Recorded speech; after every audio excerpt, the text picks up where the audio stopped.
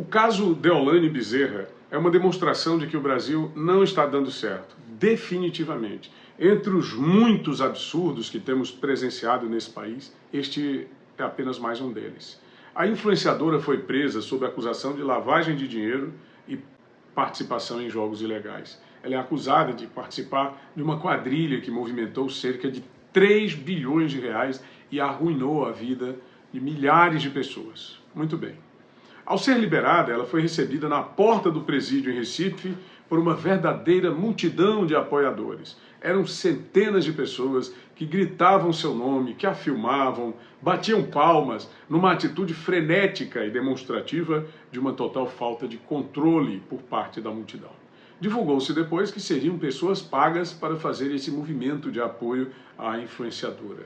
Deolane é apoiadora de Lula e uma advogada que se vangloria de defender criminosos ligados a facções perigosas. Ela própria afirma que adora defender bandido. Bandido perigoso. E o que nós gostaríamos aqui nesse vídeo é de deplorar um país que concede habeas corpus para esse tipo de gente. Ela não provou inocência. Ela continua sendo a mesma pessoa acusada pelos mesmos crimes e foi colocada em liberdade porque alega ter uma filha de 12 anos, precisaria cuidar da filha. Mas ela tanto não se importa com a justiça, com os fatos, que no dia seguinte foi ao Fórum Rodolfo Aureliano, em Recife, para assinar os termos da prisão domiciliar.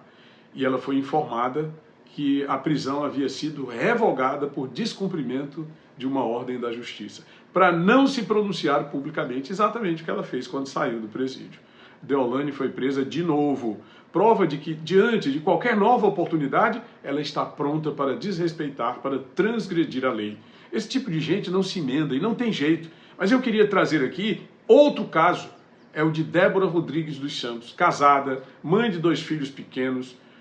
Sobre ela, a Procuradoria-Geral da República fez uma denúncia ao Supremo Tribunal Federal. Débora é acusada de escrever a frase "perdeu mané" na estátua da Justiça em frente à sede do Supremo, durante os atos do 8 de janeiro de 2023 em Brasília. Atos tão golpistas que até hoje não se provou golpe nenhum, e sim uma grande e deplorável armação. A denúncia está em segredo de justiça e foi remetida ao Supremo. Débora está presa desde março do ano passado, longe da família, dos filhos, sem direito a habeas corpus, tudo isso por uma frase numa estátua pública. Imagine o tamanho desse crime. Agora pense que alguns anos antes, elementos da esquerda tocaram fogo e destruíram a estátua de Borba Gato em São Paulo. Uma estátua pública, um ato verdadeiramente criminoso, inclusive na tentativa de apagar a história do Brasil. Nenhuma punição para os vândalos, para os bandidos de verdade. Para uma jovem mãe idealista, a punição suprema, covarde e impune. Agora, para Deolane Bezerra, voltando a falar sobre ela, o habeas corpus e a soltura, muito embora desrespeitado por ela mesma.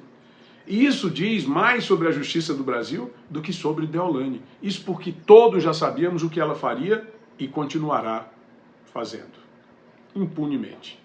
Outros 2 fatos que mostram as impossibilidades do Brasil de hoje. Um deles é o seguinte: com medo de ser morto, o senador Marcos Duval está dormindo há dias em pleno chão do Senado Federal. No local, ele tem imunidade e não poderia ser preso por uma ordem de Alexandre de Moraes do Supremo Tribunal Federal, que já bloqueou suas contas e deixou o saldo do senador negativo em 50 milhões de reais.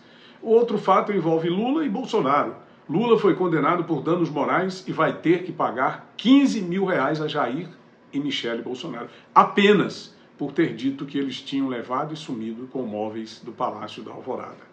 Depois da declaração, os itens foram encontrados no depósito da União. E ele vai pagar apenas 15 mil reais por essa infâmia, por esse absurdo. Tony Rodrigues, Além da Notícia.